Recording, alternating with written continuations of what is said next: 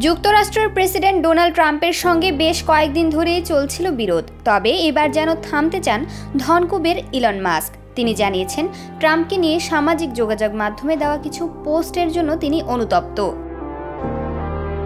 বুধবার সামাজিক যোগাযোগ মাধ্যম এক্সে দেওয়া এক পোস্টে এ কথা জানিয়েছেন ইলন মাস্ক।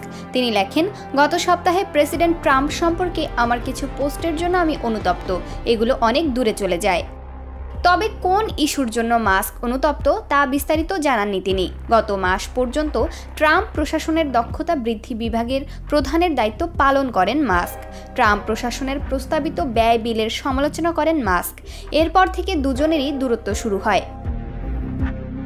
চলতি মাসের শুরুতে সামাজিক যোগাযোগ মাধ্যমে ট্রাম্প বলেন, আমাদের বাজেটে কোটি কোটি ডলার সাশ্রয়ের সবচেয়ে সহজ উপায় হলো ইলনের সরকারি ভর্তুকি এবং চুক্তি বাতিল করা।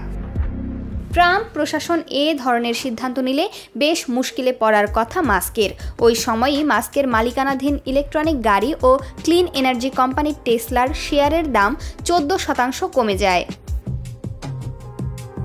এদিকে এরই মধ্যে ট্রাম্পের অভিশংসনের দাবি জানিয়েছেন মাস্ক। তার কোম্পানিগুলোর তহবিল কমানোর বিষয়েও ট্রাম্পকে তিনি চ্যালেঞ্জ করেছেন।